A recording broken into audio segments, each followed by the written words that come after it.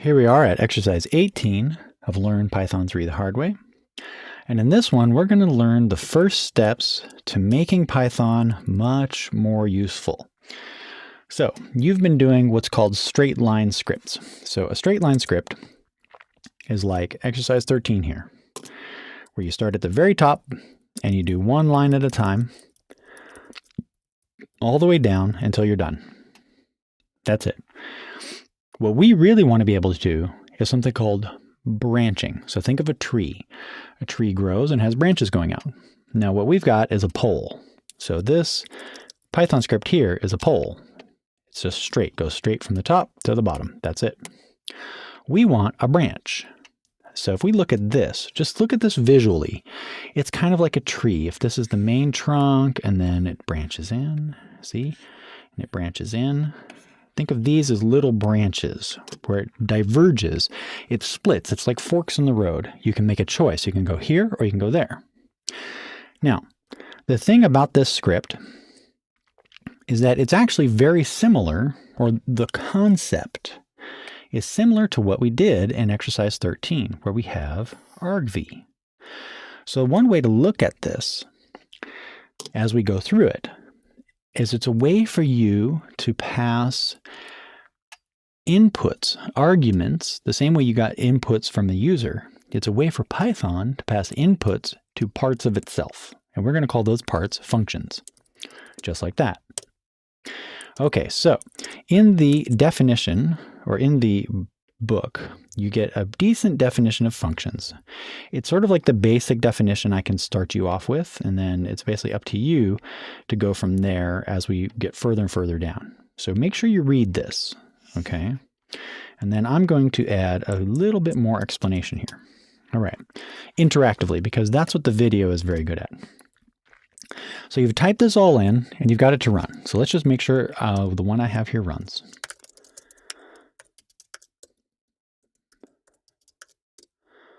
Okay, pretty easy.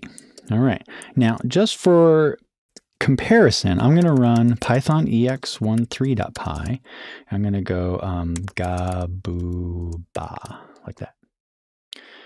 Okay, so what we've got is there's a similarity between passing 3 arguments to ex3.py and the passing of arguments to this first function we have here, print2. Now, how this is defined, how I've set this up, is I define my functions that I plan on using, and then I use them. So let's do this. Let's go, print2 is here, right? So you want to go to print2 down here. And notice I jumped down there. If you want, I can scroll down there instead. So I'm at print2, and all the way down here is where I use print2. Now you've been using functions this whole time, so now you're going to make your own. But the concept to understand is, in the same way that I pass command line arguments, I'm passing Python arguments. And being Python, they have to be Python data types, in this case 2 strings. That's really similar to passing 3 strings to the ex13.py. A way to think, or a way to conceptualize functions, is they're kind of like mini scripts. So if I go up to this, I use the word def, and that says, hey Python, I would like to define a new function. It's going to be like a little mini chunk of code, a little script, a little Python script. This asterisk here says, I'm going to pass you a bunch of arguments. It's exactly like the argv. It's almost like that, but we use args just to sort of as a convention, really. So, and you notice inside the line of code, I'm doing the same thing that I did back at exercise 13. See that? Exactly the same. I'm taking this args, which is a list. You're going to get more into lists later, and I'm exploding them out into here, right? And then I print them out. Now, the other key thing is, at the end of the define, there's this colon, and then I have to indent 4 spaces. Okay, so the 4 spaces, and Atom is sort of like jumping. It's sort of like, compensating for it, treating it like a tab, but it's 4 spaces. That should happen automatically right when I hit enter. Your text editor, if it's set up right, should jump in the 4 spaces necessary to do that. Okay, you shouldn't have to. And if you want to dedent, so that's an indent, and I want to dedent, which goes back, I hit the backspace. So see, go like this. If I want to manually indent, I should just be able to hit tab, and that's it.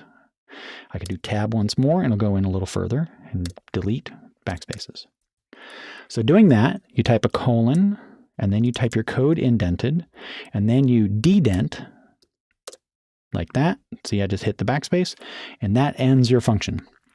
Python will read this, take these 2 lines, attach them to this function name, and then you can use that as a function in your own scripts.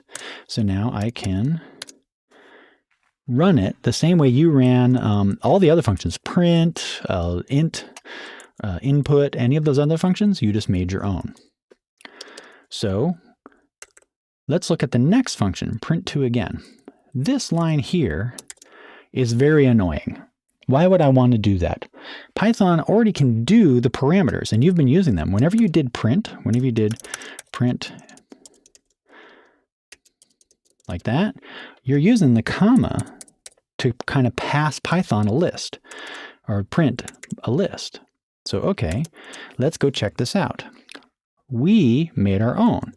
Rather than using args like we did up here with this little asterisk, which is actually not too common, we can just say, hey, Python, this function is going to take 2 arguments.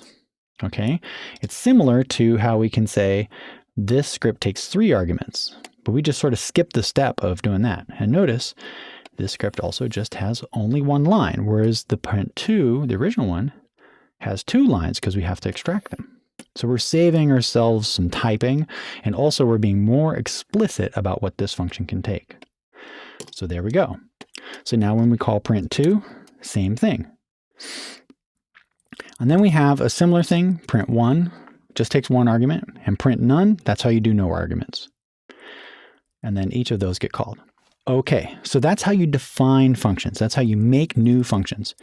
You write def for define, you give the name of the function you want, you do 2 parentheses and then any arguments you want separated by commas, you type a colon, and if you do it right, you should be able to just hit enter and start typing your code. When you're done typing the code for the function, you just hit enter your last time and then dedent with the backspace. You do that, and then this code here gets attached to this name, and you can run it. Okay, so what happens when you call that function or you run it? Okay, so calling a function, you type the name, parentheses, and the arguments. It's just like you've been doing with print and int and input and open and all those other things. So what happens?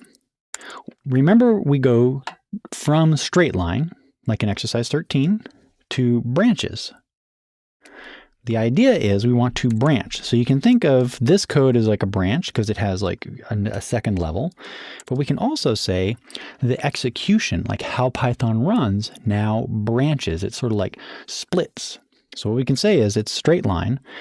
Python is not running these functions. It's stacking them up. It's kind of like we're creating variables, right? It doesn't really run the variables. It just sort of makes them. Okay, now we've got it. When we get to line 19, those functions are created now.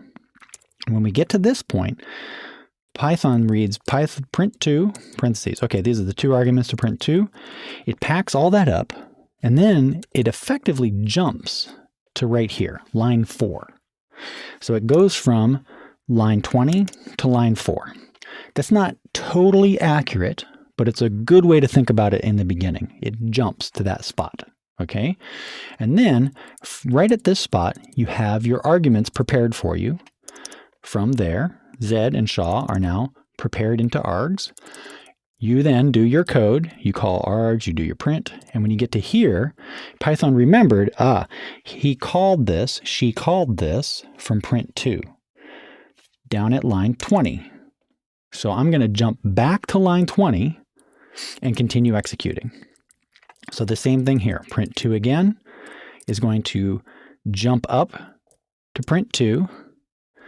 Now you have 2 arguments. It prepped them for you. You're ready to go. You run it, and then it jumps back to print 2 again. You go to print 1. It processes your parentheses, the 1 argument and parentheses. It jumps to print 1, runs these lines, hits the end, jumps back to line 22, and then the same thing here. Does your 1 line, print, jumps back. That's functions. In the core of computer science, you can do pretty much everything if you have functions and you have if statements. You can do almost everything you need to do with those two. It's not necessarily easy, but you can do everything you need. And we'll get into if statements later. Okay, now breaking this is very, very easy. You have all the same similar things. Like if I do this, I can rerun it. Oh, let me run this one. And see, it says name prin2 is not defined. It's the exact same as if you defined a variable, okay? So that's the first kind of error you can do. You can, again, all the same mistakes you made with, say, print. We can do this. Oh, this would be interesting. So let's do this one. Let's combine these. We're just going to do 1 argument to print 2. What happens when we do that? Print 2 again, missing 1 argument, positional argument 2. So what it's saying is, if we go look at the definition of print 2 again, it says argument 2 is missing. See where it says argument 2 down at the end? That is missing. What's another error we can cause? We can get here's a really common one. So I just moved that in 1 level, okay? So I de-dented it is the way to think about it. When I run this, I get this indentation error, expected an indented block. So anytime you see a colon, the stuff underneath it needs to be indented and it needs to be all on the same line. Now, that's easy to spot, but sometimes people do this. They're like, oh, it's indented. No, it has to be indented the same level, right? So it has to be indented that much, okay? Now, when we run that one, we get a different error, okay? Python will say, all right, this is indented this much. You know, Zed's sort of indented it that much. So that means all the other lines for this level of code, this block, are at 3. Then it sees this 4 and it's like, what is that? Why is that indented 4? The error for that is unexpected indent. So what trips you up is the error is actually here. You have to indent that 1 more. All right, play with this some more, see how many other errors you can cause, and then we're going to do a lot more functions pretty much for the rest of the first half of the book. We use a lot of functions, so it's a lot of fun. Now we're starting to get into the blocks we need to make more complicated Python scripts.